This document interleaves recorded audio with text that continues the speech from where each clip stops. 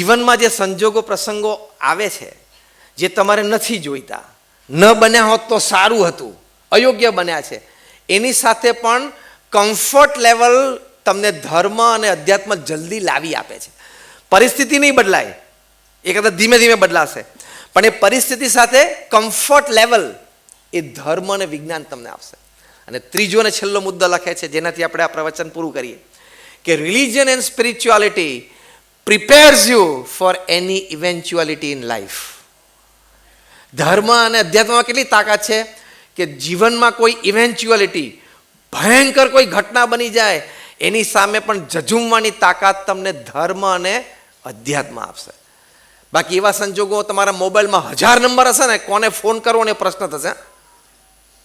Red પડે ત્યારથી માંડીને જેલમાં જાઓ ત્યાં સુધી 1000 નંબર હશે, પણ કોને ફોન કરો ને પાછી એ વખતે કોઈ ફોન નહીં ઉપાડે, કારણ મને અંદર લઈ લેશે. એટલે આ 3 વાતની તાકાત ધર્મ અને અધ્યાત્મમાં છે. એટલે આપણા સત્શાસ્ત્રો, આપણા મહાન સંતો, પ્રમુખ સ્વામી મહારાજને એક વખત પ્રશ્ન પૂછ્યો કે સમાજમાં ધર્મનો રોલ શું છે. જેટલો ટૂંકો પ્રશ્ન એટલો જ ટૂંકો ઉત્તર પ્રમુખ સ્વામી મહારાજે એમના આધ્યાત્મિક શાણપણામાંથી આપ્યો. અદ્ભુત જવાબ આપ્યો. પ્રશ્ન શું હતો?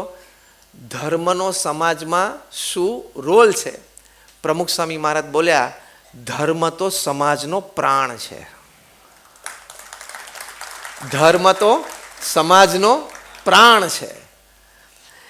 એટલે આવા મહાપુરુષોનો અનુભવ છે, આપણા સત્શાસ્ત્રોની શીખ છે, વાસ્તવિક પરિસ્થિતિમાંથી પણ આપણે સમજી શકીએ છીએ અને આપણા વ્યક્તિગત જીવનના પ્રસંગોમાંથી પણ ઠોકરો ખાઈને પણ આપણને આ શીખ મળે છે કે જીવનમાં વેલ્યુઝ, સદગુણોની કિંમત વેલ્યુએબલ્સ, મૂલ્યવાન ચીજો કરતાં વધારે છે. ભગવાન સ્વામિનારાયણ એવું બોલ્યા કે જે સુરત થયો એ અમારો પ્રાણ થયો. આ પણ કેટલી મોટી વાત છે. જે સુરત થયો એ અમારો પ્રાણ થયો. તો ભગવાને આપણને પોતાની પાસે રાખ્યા કહેવાય, તો પણ જીવનમાં કેટલો આનંદ રહે. એટલે 70-80 વર્ષનું જીવન છે, કશું જ લીધા વગર આવેલા અને કશું જ લઈને જવાનું નથી. કશું જમાં શું શું આવી ગયું ખબર નથી લઈ જવામાં? તમે પેલી જે કેપ કરાવી હશે ને દાંતમાં, રૂટ કેનાલ કરાવ્યા પછી જે કેપ મૂકી હશે ને, એમાં જે થોડો ગોળનો ભાગ હશે ને એ પણ તમે મૃત્યુ પામશો ને એટલે પહેલાં દરવાજો બંધ થશે રૂમનો, મોઢું પોળું કરીને પથ્થર કે હથોડી જે આજુબાજુ પડ્યું હશે ને એમાંથી એક કેપ કાઢી લેવામાં આવશે કે આમે સળગાઈ દેવાનો, તો આટલું હું કમ નાખી દેવું, આટલી તારી કિંમત છે. બેંકનું લોકરનું તિજોરી તો જવાનું છે, રૂટ કેપના દાંતની કેપ પણ જવાની છે. તો શું ગાંડ પણ કરે છે તું? What nonsense in life. Again, બુદ્ધિ શક્તિ આવડત પ્રમાણે પુરુષાર્થ કરીને સારું ધન કમાવવું એ મનુષ્યનું કર્તવ્ય છે, એની ના નથી. ના શેની છે? મૂલ્યોને નેવે મૂકીને કામ કરીને ધન કમાવું ને સમૃદ્ધિ અથવા પ્રતિષ્ઠા અને કીર્તિ કમાવવા તે. અને એ રીતે કમાયેલા ધન, સમૃદ્ધિ, પૈસા અને વૈભવમાં મેં જેમ કીધું 11,000 કરોડનો કેસ અથવા તો ઘણા બધાની પ્રતિષ્ઠા નીલામ થાય છે. જેણે ક્રિકેટના બોલ સાથે ચેડા કરે બધાએ ક્રિકેટ છોડવું પડ્યું, હા કે ના? જેણે બેંક સાથે ચેડા કરે બધાએ ભારત છોડવું પડ્યું. 2-3 જણા લંડન છે, 2-3 જણા કેરેબિયન આઇલેન્ડ છે, બધા પાછા આવશે. Tihar in Delhi is waiting with broad arms to hug them. હાથ પોળા કરીને તિહાર બેઠું છે, જલ્દી આવે ને ભેટી પડવું. It's with broad arms ready to hug. એ ખોટું લાંબુ ચાલતું નથી. એટલે કિંમત જીવનમાં વેલ્યુઝની છે. એટલે એક આ સંપની ભાવના રાખી. છેલ્લી 5 મિનિટમાં હવે હું પૂરું કરું છું. સંપની સાથે બીજી એક મોટી વેલ્યુ સિસ્ટમ છે ભગવાનમાં શ્રદ્ધા. આ 2 વેલ્યુઝની હું તમને આજે એટલે વાત કરું છું કે આ 2 વેલ્યુઝમાં બાકીના વેલ્યુઝ એટલે કે સદગુણ માત્ર આવી ગયા. તમે સંપની ભાવનાથી વ્યક્તિઓ સાથે જીવો અને ભગવાન પ્રત્યેની શ્રદ્ધા રાખો તો આ 2 સદગુણોમાં દુનિયાભરના સદગુણોને તમારા જીવનમાં અને વ્યવહારમાં ખેંચી લાવવાની તાકાત છે. એટલી તાકાત શ્રદ્ધામાં છે. યુનિવર્સિટી ઓફ મિસોરી, કોલંબિયામાં એ લોકોએ એક સર્વે કર્યો કે what role religion and spirituality has in personal lives of people. Wide survey, more than 8 to 10 years of survey on more than 5,000 people in 2 groups. પહેલું ગ્રુપ હતું કે જે લોકોને ભગવાનમાં શ્રદ્ધા નથી ને કોઈ ધાર્મિક વિધિ વિધાન નહોતા કરતા. ફાઇન, આપણે એની જોડે કોઈ મતલબ નથી, દરેક વ્યક્તિ પોતાના વિચાર પ્રમાણે જીવે.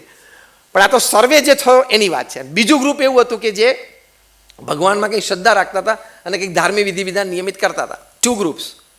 After wide survey, university of Missouri Columbia લખે છે, તમે એની વેબસાઇટ ઉપર જજો. I'm quoting word to word and letter to letter. First sentence, religion and spirituality are must for rehabilitation settling.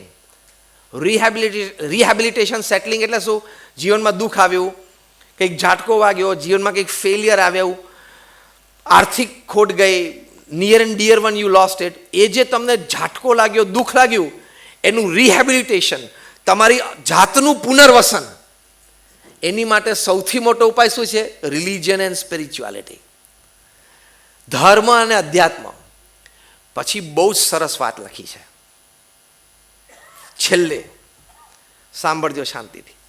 Religion and spirituality trains you two accept the situations that you are in. કેટલી સરસ વાત લખી છે. ધર્મ અને અધ્યાત્મમાં શું તાકાત છે? તમે જે સંજોગો અને પરિસ્થિતિમાં જીવો છો ને, એ સંજોગો અને પરિસ્થિતિને સ્વીકારી લેવાની શીખ તમને ધર્મ અને અધ્યાત્મ આપે છે કે નહીં? અગત્યનો મુદ્દો. નહીં તો રાત દિવસ ફરિયાદમાં ફરિયાદમાં, મને કોઈ બોલાવતું નથી, મારી સામે કોઈ જોતું નથી, મને કોઈ સાંભળતું નથી, આખો દિવસ. ઘણા તો complaining. Main is Born crying, he leaves complaining and he dyes unsatisfied. આ 3 વાતમાં માણસનું જીવન આવી ગયું. મેન ઇઝ બોર્ન ક્રાઇંગ, માનું બાળક જન્મ એટલે રડતું હોય. હી લીવ્સ કમ્પ્લેનિંગ, ફરિયાદ કરતા કરતા જી, મને મળ્યું નહીં, મને કીધું નહીં, અમને પ્રસંગે બોલાયા નહીં. ના બોલાયા કંઈ નહીં, ઘરે ખાઈ લેવાનું, બીજું શું. બિચારા યંગસ્ટર્સને બહુ ઉપાધિ છે. ટીનેજર્સ અને યંગસ્ટર્સના બધાને ફોમો નામનો રોગ થાય ને, ડિજિટલ ડિઝીઝ છે. આ ફિઝિકલ ડિઝીઝ નથી, ડિજિટલ ડિઝીઝ છે. FOMO, fear of missing out. 5 friend ભેગા થયા જોઈન્ટ ઉપર ને પીઝા ને આઈસ્ક્રીમ ખાતા, ફેસબુક ઉપર પોસ્ટ મૂકીને, હા જોવે મને કેમ નહીં બોલાયો હોય, ગ્રુપમાં મેસેજ કેમ નહીં કર્યો હોય, અને આ નજીક જ હતા અમારા બિલ્ડિંગથી. આ છે ને પેલો લાલ ટી શર્ટ વાળો, એવો જ છે, એ મને કાયમ નથી બોલાવતો, એને હું ગમતો જ નથી ગ્રુપમાં. એ વિચારો શરૂ થાય ને તો ટીનેજર્સ અને યંગસ્ટર્સને પણ સ્લીપિંગ પિલ્સ લેવી પડે છે ને રિહેબ સેન્ટર્સમાં જવું પડે છે. એટલે ફોમોની સામે જોમો મુવમેન્ટ ચાલી, JOMO, Joy of missing out. એટલે શું? તમે બધા ભેગા થઈને પીઝા ને આઈસ્ક્રીમ ખાધા, મને ભૂલી ગયા અથવા તો ન બોલાયો. જો હું પણ ફોટા પોસ્ટ કરું, મેં પણ ઘરે ડાઇનિંગ ટેબલ પર બેસીને પપ્પા મમ્મી ભાઈ બહેન સાથે ખીચડીને ઢોકળા ખાધા. Be strong on your value system. Valuables તો ઓછા વધતા હોય. આ એક વેલ્યુએબલ કહેવાય ને કે ભાઈ મને મારા મિત્રો ના બોલ્યા, એક વેલ્યુએબલ મિસ થયું. સામે વેલ્યુ સિસ્ટમ સ્ટ્રોંગ રાખી કે મારું ફેમિલી, માતા પિતા ભાઈ બહેન દાદા દાદી સાથે બેસીને મેં પણ ઢોકળા ને ખીચડી ખાધા. સિમ્પલ. એના ફોટો હું પોસ્ટ કરવાના સામે, જો તમે મેં પણ આનંદ કર્યો. એ ફોમોની સામે જોમો. યુનિવર્સિટી ઓફ મિસોરીનો પહેલો મુદ્દો શું? Religion and spirituality trains your mind to accept the situations you are in. કેટલો મોટો વેલ્યુ સિસ્ટમ છે આ, કેટલો મોટો સદગુણ. બીજો મુદ્દો લખ્યો છે, religion and spirituality teaches you the comfortability of dealing with any unseen, unwanted happening in life.